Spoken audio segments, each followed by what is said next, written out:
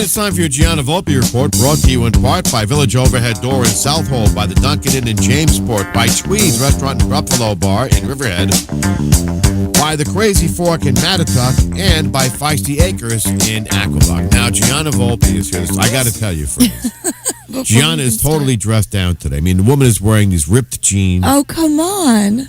A Good Rats, which is like a little bar band from up west in western Suffolk. Good Rats T-shirt, and her hair is a total mess. If you don't have good history, make it up, right, Bruce? Damn right. That's exactly what we've been talking about this morning. You got to sit in closer to that. Yeah, so Ed, you got to come in close. And before we get started, I want to give, first of all, a quick shout out to Edward Lovaas of Pindar and Duck Walk Vineyards, and also Blue Fox Cellars from Mendocino County. I had a little bit of Syrah from Blue Fox last night. He came in with Michael from Duck Walk. I also want to say tonight at the Crazy Fork, 8 to 11, the Revolution No. 9 Variety Series.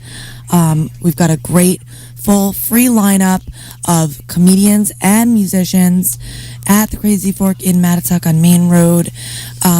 We'll be passing the hat for Maureen's Haven Homeless Outreach Program. And then also this Saturday is the grand opening of Impact Boxing at Maximus Health and Fitness right here in beautiful, historic downtown Riverhead.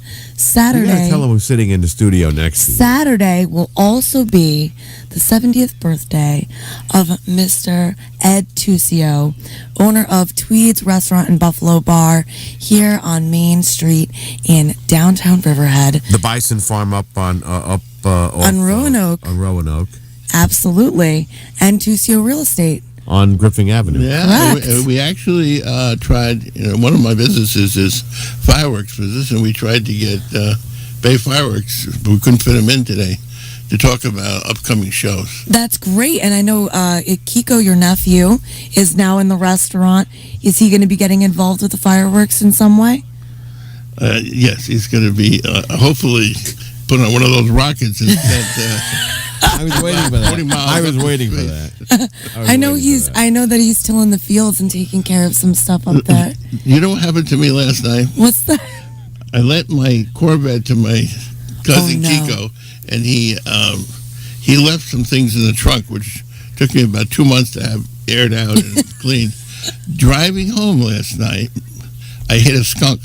Really? And I just got the car back yesterday. In the vet? Yes. Oh my God. Where do you find a skunk on Long Island? How did you do that?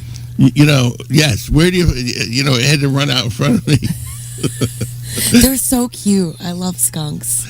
Oh yeah, until they crash into your car. Yeah, no, I've never had that happen.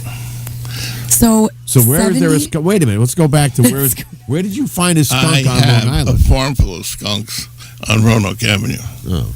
And all those woodchucks that you see, as soon as they vacate their little house, Mr. Skunk moves in with his family. Really? Oh, I didn't know that. I remember. Well, I used to live up on the farm, and I remember. What are those big fat things? My dog Bukowski.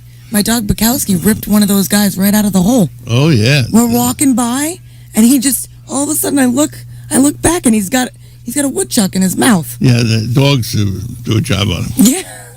But there isn't enough dogs. I know, you got to get some. Oh boy, they're prolific breeders. So Ed. Yes. 70 years of Riverhead. Yeah, 70 years. I've been thinking about coming on the show and talking about 70 years living in Riverhead. My family moved here in 1639, and I just had. Wait a minute. So wait a minute. That would be a year before. How could they be a year before, like the first settlement? No. The Hallocks. They came at Peter Hallock, 1639, and I had Robert Gardiner Foundation at Tweed's the other night. I remember that. And they bought Gardiner's Island. Bought it, was stolen, or however they got it in 1639. And it was really interesting talking to them about the history of the United States and, with the Gardiners. That was Did you have Robert David Lyon Gardiner in? He has passed away, but his foundation and his boat, you own the marina out in Springs, and they were talking about they sent his boat to New Zealand. Because years ago, when I worked in Babylon in the 80s at what was then WGLI, Robert David Lyon Gardiner came in and did a whole, a seminar on the history of Gardiner's Island, and he owned the Gardiner Manor Mall. He did. Yeah. I think the family still owns it in Bay Shore. He went by the farm one day and he saw the buffalo out there. He called me up. He says, would you be my guest out at Gardiner's Island? I said, absolutely. So I went to Gardiner's Island with him, and it was incredible.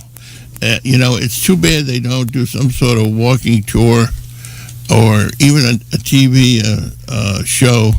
It is unbelievable. The forests are 300 years old. Wow. There's nothing like it in the United States, believe me. 300-year-old forests. When you walk into the forest, the temperature drops at least 10 degrees. Wow. Because of the cover? Because the cover's so high. Wow. And I actually went up to the treasure there. Well, speaking of treasure, I was remember sniffing around like a beagle hound. I remember. You know, be able to find it though, Ed. What? Warren McKnight. He could sniff it out. Yeah. What, treasure? Anything. Warren can find treasure? Warren for a while. We gotta get him on the job. Have you ever been over to Warren's house? No. He needs to find some treasure. I know that, but it's beside the point. But I mean, I told him did you catch him pouring table sugar around the corn stalks? I got bear traps set all around. Speaking of treasure, I remember that I guess you found in one of the storage units. Yeah. Doubloons from Le Chameau. Yes. Which was I guess no, it's the camel. Oh, the camel. The camel. It was the camel. Ship. The ship had sunk in 1725. Like off the coast of Canada? Off the coast, and it was the payroll ship for the French troops. Interesting. Yeah, and they left part of the treasure in a mini storage unit. How did that happen? How does it happen? It was a very bizarre story, and actually, I got paid. I got paid to keep it. What? So then maybe it was ill-begotten. No. And then well forgotten. It is now. It is. So, tell us more about your family history and how you grew up and the stories you were told as a little boy, little Ed growing up. Well, it depends if it came from the Italian side of the family. Of course, on that side, you didn't believe any of the stories that were told. Remember when you got the DNA test? You were one of the first people that got one of those done. And on the English Jewish side, those were stories that actually were true. And then what is your Jewish heritage that was on the DNA sheet? It's like of course, Mr. Tria would be my cousin was the first Jewish professional baseball player. Played for the New York Giants in 1899. Wait, I thought the first professional Jewish baseball player was Hank Greenberg, Detroit Tigers in the 30s. No, 1899. Look it up. Leo Fishel. He pitched one game for the New York Giants. Uh-huh. We had a baseball team called the Giants? They play now in San Francisco, Gianna. Oh, okay, Ed, there used to be 3 baseball teams in New York. The Dodgers played in Brooklyn. Right. The Yankees, of course, played in that beloved hallowed ground in the Bronx. And the Giants played in Upper Manhattan. Oh, right. And then they moved to San Francisco. Then they moved to San Francisco when the Giants moved to L.A., when the Dodgers moved to L.A. Well, the interesting story is that when he first started, he went to Columbia. And when he first started playing baseball, and I actually have his baseball card, he had to play under the name Foster because they wouldn't allow any Jewish people to play baseball. So, but he finally got into the major leagues. He pitched one game, and his father said, "Okay, you pitched professional baseball. Now get on and finish being a lawyer." And his second baseman, he ended up being partners with, and they ended up owning Roosevelt Racetrack. So you wasn't allowed to play baseball anymore? You had to go be a lawyer? Yeah, of course. You know how much baseball, they got paid nothing. Back in the day. Oh, back in the day, they were. Well, it was the first guy who really made some money playing baseball was Babe Ruth. Yeah, and he made $100,000. Yeah, but that was in 1930. Yeah, and he was the best baseball player in the world. $100,000 in the 30s. Yeah, but what would that be worth today? Really? Well, Let's think about that. Jeez. I venture guess to say, I dare say it, a ton of money, Ed. well, I can remember in Riverhead when we had a baseball stadium. Really? Yep, where the high school is now. Really? Absolutely. And who played there? I think Tony Whipshaw built it. And they were lots of semi-pro teams. Kind of like the. And the fairgrounds was next door, where the track is now. Where was the high school? High school was The high school was Pulaski Street was the high school in those days. Oh, And right. They used to have horse races knew there that. on the track that the With the raceway? At school the Oh, okay. the running track. Well, they had stands and they had trotting races there. And what was where the Riverhead Raceway is now? You mean talking about woods? the Like, 58? yeah, just- Nothing. yeah. There was nothing there. Nothing. That didn't come till much later. The first airplane to land in wasn't Riverhead 58 all swamp like back in the 40s and the early 50s? Still is in Ed? some spots. Yeah, it still is. And they sell it as commercial land. I don't understand that. What do you what do you have to put steel underneath? Well, you're supposed to. I don't know. Well, there's pipes running down, like from Merrick's Funnel through Main Street down into the river. Oh, to drain it out, to drain it? Yeah. Wow. I know that in the Palisades Mall in Nanuet in New Jersey used to be one of the largest malls in America. I think it might even be 6 or less now. But they were supposed to, and actually there's cemetery in some spots there. They were supposed to put steel underneath. The engineers said, put steel underneath. Barry Hoffman and a few of the other guys. Then what happened was they just built the thing. The investors pulled out right away and sold it. And now every year they have to fix it because it's sinking into the ground. It's not responsible. I was looking at the new yearbook. Just came out in River for high school? And I was looking at my yearbook and Vinny's and to look at the demographics, how they have changed. What year did you graduate? 66. Okay. And it was the height of the Vietnam War. And the demographics, there's an unbelievable change. And what was it like going to, what were you learning? Did you have the drills where you had to get under your desk? Absolutely. But what I noticed is a difference. For instance, we had Future Farmers of America. We had Decker Club, which was business. Were you in that? Were you in the Future Farmers? No, I wasn't. I wish I was. But, there was, I think much more, the metal shop, wood shop sort of stuff. It was much more important. Today, I don't see that. Were you a big... think these kids are oriented. Were you a big academic, Ed, or were you a party animal? I was a party animal. You were a party animal. I majored in party. Much to his mother and father's chagrin. Yeah. Well, I bet you did a little partying yourself. So. Yeah, Bruce, what were you like? Me? Yeah, he was a nerd. No, I was a very bored and disinterested student. I really was. I hated school. Because you were smart. No, it was boring. Oh, okay. It was boring. I mean, it was like I picked the stuff up. That usually means that you're smart. But I didn't excel in math and science. I loved science, but English and history I was really good at. But speaking of that, that's something we got to talk about. Are you going? When we come back, is he here for the whole? Yes, for the whole this show? is Ed's we got to show. talk about history because God knows there's a lot of it, and a lot of it is just being allowed to waste away. I don't quite understand that. You're absolutely correct. You look at the buildings in this town, and it looks nothing like it did when I came out here in 1979. Richard Wines must be just all upset because he's all about preserving the history of Riverhead. But I have yet to be able to get him to point out the interesting bits of history publicly in Riverhead. Okay.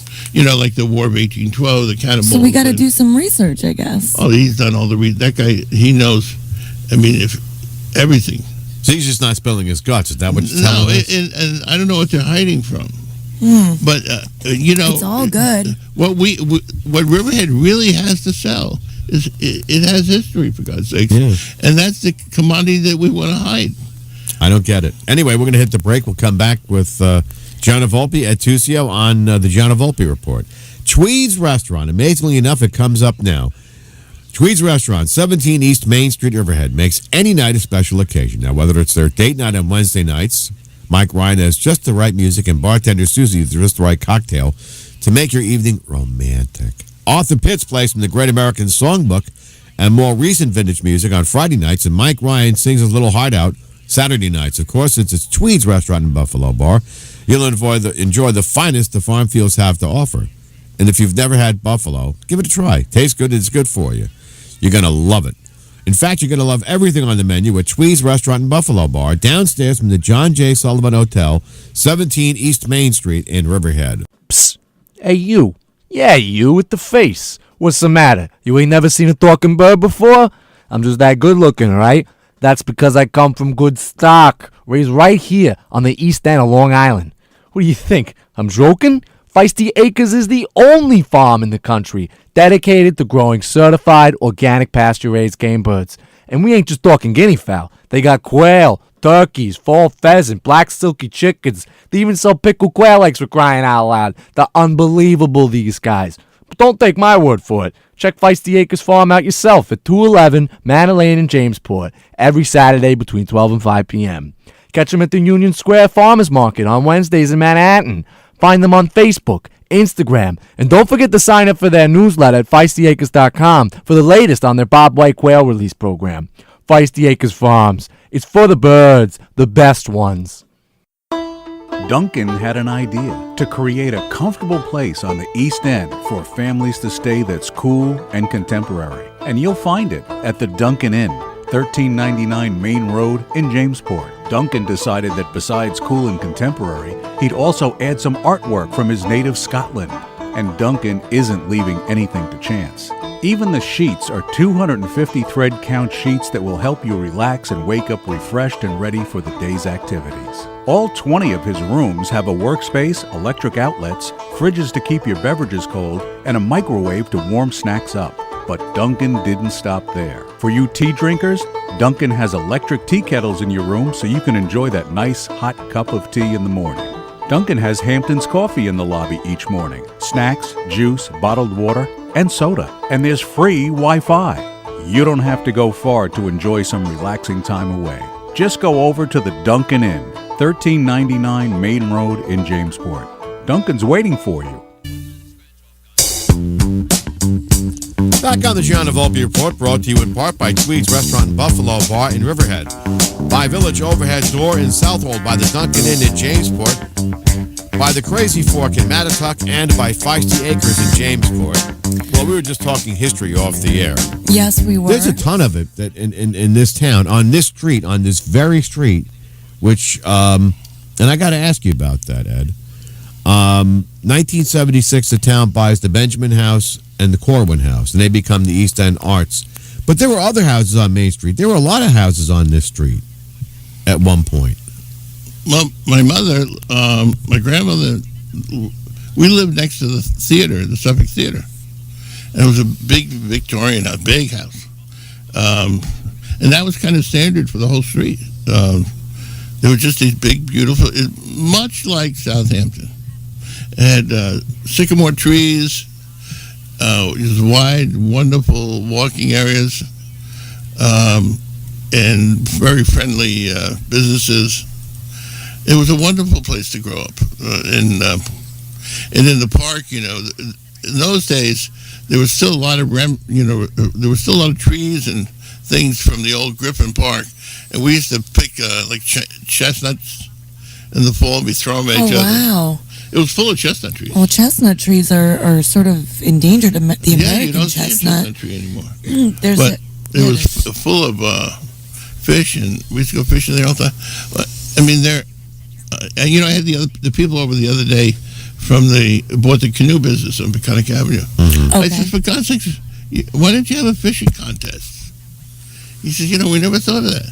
I mean, you're going up and down the river. You want to promote your business? What a better way? have a fishing contest. Because there's a big fish in the... Yeah, but what fish run in that river? I mean, I thought it was only bunker. No. We're talking about the freshwater part. Oh, in the freshwater. There's bass, pickerel, carp. Really? I have a friend of mine, is a gill netter, and 25 miles offshore last week, they caught 2 carp in the gill nets. He's never caught carp before in the ocean. Wow. Huh. Now, I don't know what that means in the whole aspect of global warming, but 2 carp, 25 miles offshore. That's so strange. Aren't they freshwater fish? Absolutely. That's bizarre. So, anyway, there were a lot of hotels in Riverhead. You couldn't have a bar without, you had to be a hotel. Right. So the town in Jamesport and Calverton and Riverhead, they were lots of hotels. And, history is repeating itself because we have found that the hotels, and they could have built another one here on Main Street, other than the 2 that's there, because they're full all the time. Mm-hmm. They're a big employer. I mean, once they build these apartments, how many people are they going to employ? 1? Right. The manager? That's interesting. And it's funny you're talking about history repeating itself because I've noticed what a successful model the hotel bar model is. Because nobody wants to get in their car and drive after drinking. Of course, there's no better model than the past. In Riverhead, we had it all, and much of that, the past is still here. I mean, the courts are still here. Much of the government office buildings are still here. So there's no reason that you don't follow that model. Mm-hmm. Hey, let me ask you this. Speaking of the courts being here, Riverhead's the county seat of Suffolk, and the Dennison Building is built in 1970, which becomes a de facto county seat. Who was the supervisor, and why didn't this town challenge that? Well, actually, I know why what happened. There was a lawyer who was a title lawyer who lived with his mother on East Avenue in Riverhead, and he sued the towns on the basis that the government wasn't a representative of the population. It was skewed by the eastern towns having the same power as the western towns, and he won in court, and that's when it became a legislative. And that's the only thing that this old drunk ever did. He got that passed, and it ruined a lot of Riverhead's future because all the government offices moved to Western Suffolk. Yeah, but I wonder why why no supervisor ever just whipped out the Dongan Patent and then took the county to court over that. Well, we're not really covered by the Dongan Patent. Southampton, East Hampton, Southall, we gave up most of those. Well, no, but the county patent rights. But the Dongan Patent said that Riverhead is the county seat of Suffolk. Which side of the river? Well, it's supposed to be on this side, and now it's on that side, and that was built in 1959. Well, we didn't have. When did we ever make a stand against the county? We're taking all their sewage, and we're not getting paid for $1 of it. Everybody else in town has to pay, except for the county. You're right. And does Sean Walters get up there at the bridge and say, "I'm going to shut this pipe off"? No. We just pay, and all the lighting in the county parking. You know how much they pay? Nothing. It's all paid by Riverhead Parking District. So, the parking, they pay for none of it. So, I do know that, speaking of that, the Flanders Riverside Northampton Volunteer Ambulance, they don't get paid by the county for. I need to half of the runs of that ambulance service are the jail, and they get nothing out of that from the county. Well, it's too bad that it really is. They have to. We have no. The problem I see in town government is become polarized. Mm-hmm. So you've got a couple of small groups who have banded together and say, we don't really care about the population as a whole. We're just going to make sure that our nest is well feathered, and we're going to vote as a group.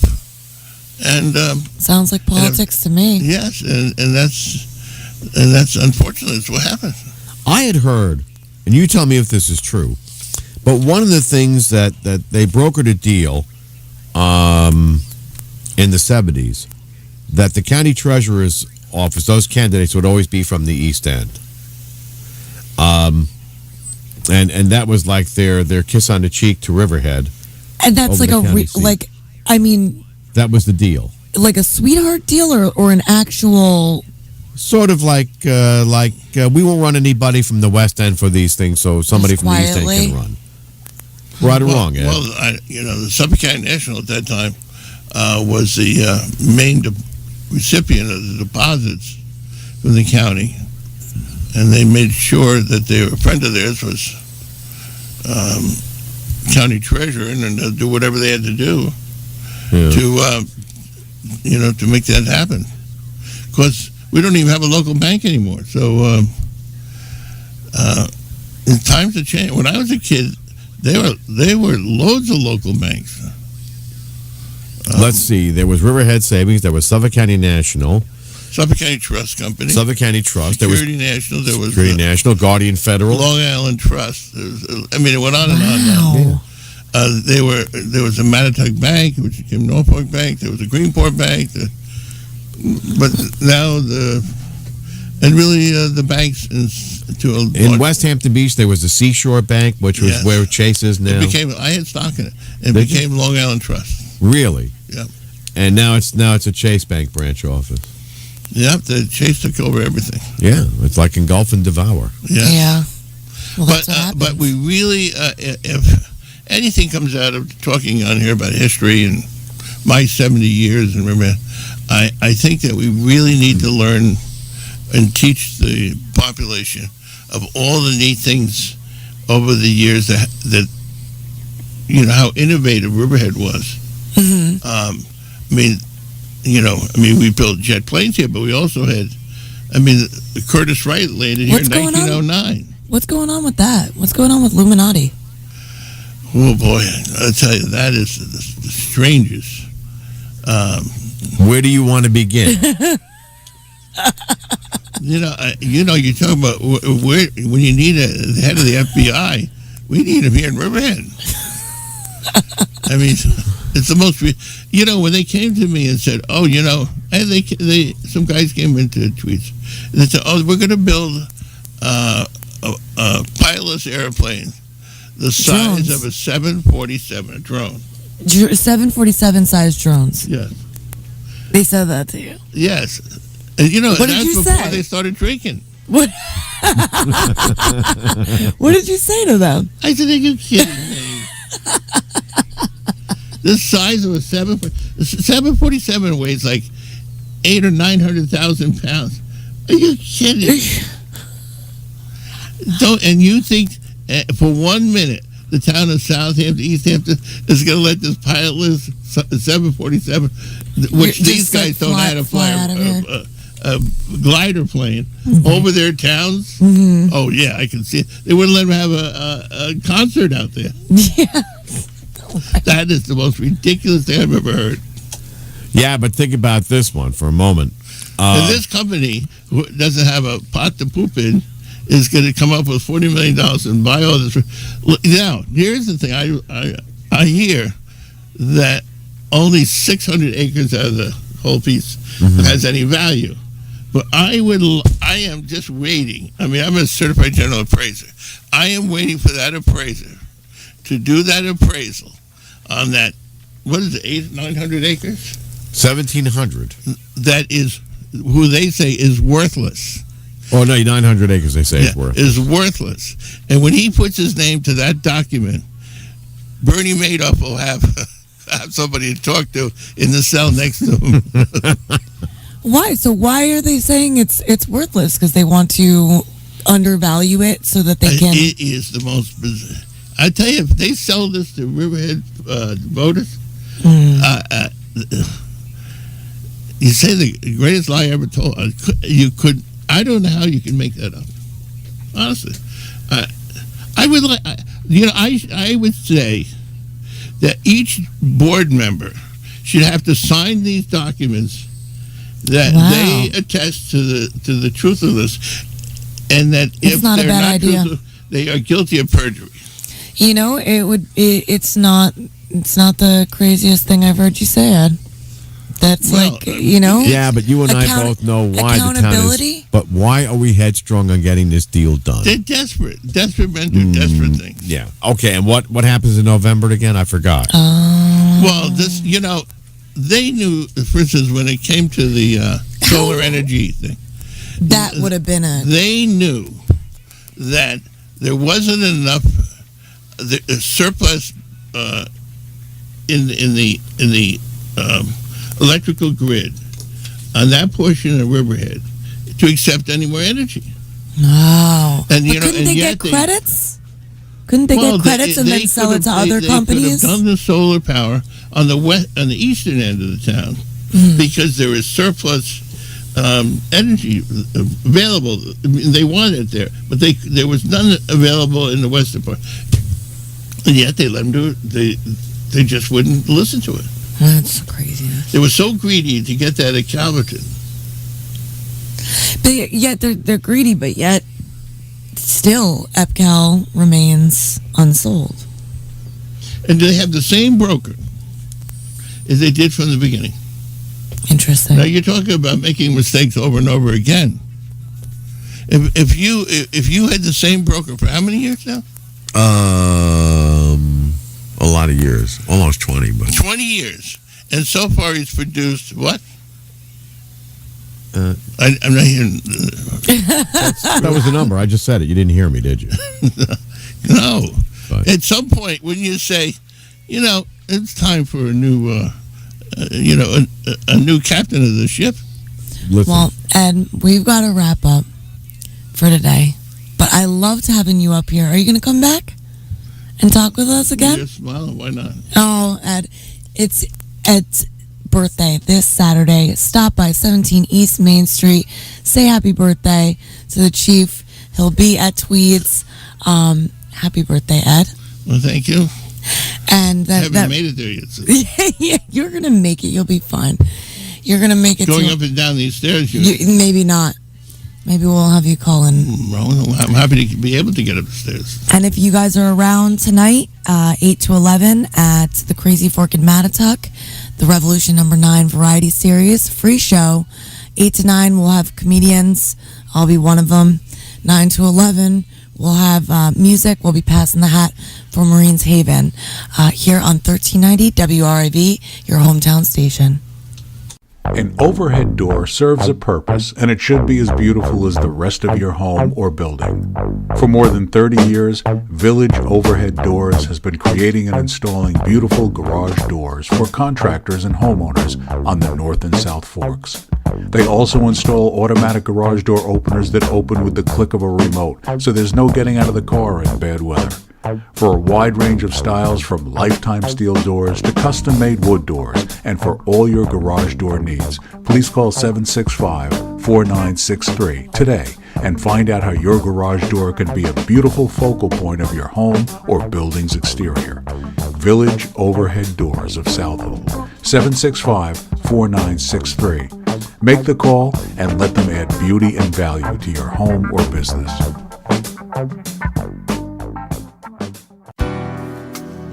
The Crazy Fork on the main road in Mattatuck is the place for entertainment on the North Fork. From live comedy to music to the Revolution number 9 variety shows, you'll have a good time. The Crazy Fork is comfy but classy, and the food is good. Whether you're looking for fish tacos or lobster mac and cheese, or a steak or seafood, you'll love the Crazy Fork.